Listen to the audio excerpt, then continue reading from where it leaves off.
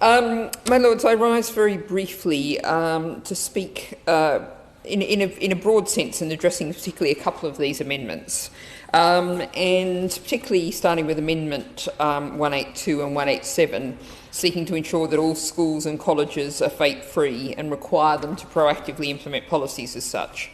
And I'm drawing here on my own experience from the Learn with the Lords scheme, and I had a shadow from that scheme here in Parliament, a young woman, I think it was about 16 or so, and she'd been with me about an hour or so, and she said to me in tones of total desperation, "I need a vape."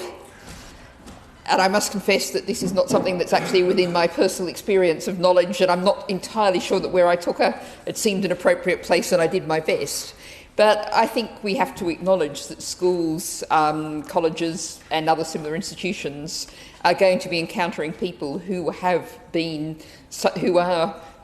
vaping, who are experiencing great difficulties with addiction to that vaping, and I would want to keep it so that the school is able to make its own decisions, what's best for its own situation in its own community, rather than trying to apply a blanket ban. We know what the ideal would be, but we actually have to think about the reality for head teachers and others who have to deal with that practical situation.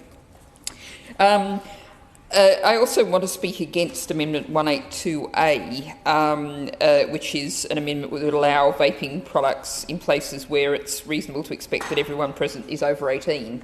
And I guess I should declare another interest here, in that I must admit I really, really do not enjoy walking down the street and getting a face full of vaping fumes in my face through no choice of my own.